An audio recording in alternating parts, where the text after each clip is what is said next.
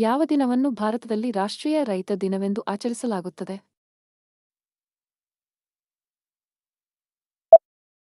December 23. ಭಾರತದಲ್ಲಿ ವಿಧವಾ ಪುನರ್ವಿವಾಹ ಕಾಯ್ದೆ ಜಾರಿಗೆ ಬಂದ ವರ್ಷ ಯಾವುದು?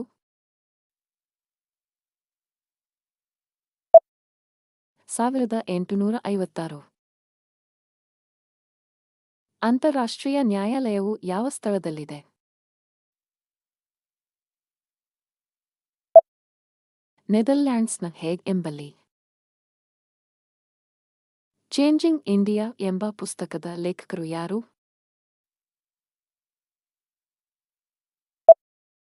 ಮನಮೋಹನ್ ಸಿಂಗ್.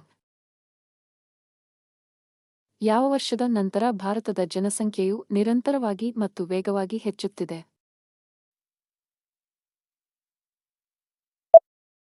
1921.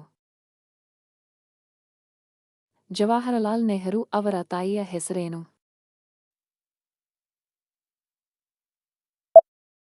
ಸ್ವರೂಪ್ ರಾಣಿ ನೆಹರು. ಶಿವಾಜಿ ಮಹಾರಾಜರ ತಾಯಿಯ ಹೆಸರೇನು?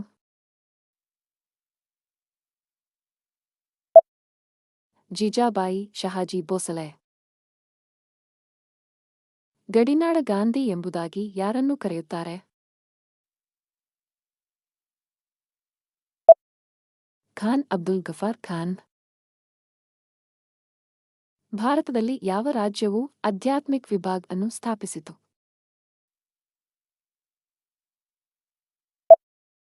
ಮಧ್ಯಪ್ರದೇಶ. ಯಾವ ಆಫ್ರಿಕನ್ ದೇಶವು ಹೊಸ ರಾಜಕೀಯ ರಾಜಧಾನಿಯನ್ನು ಗಿಟೆಗಾ ಎಂದು ಘೋಷಿಸಿದೆ?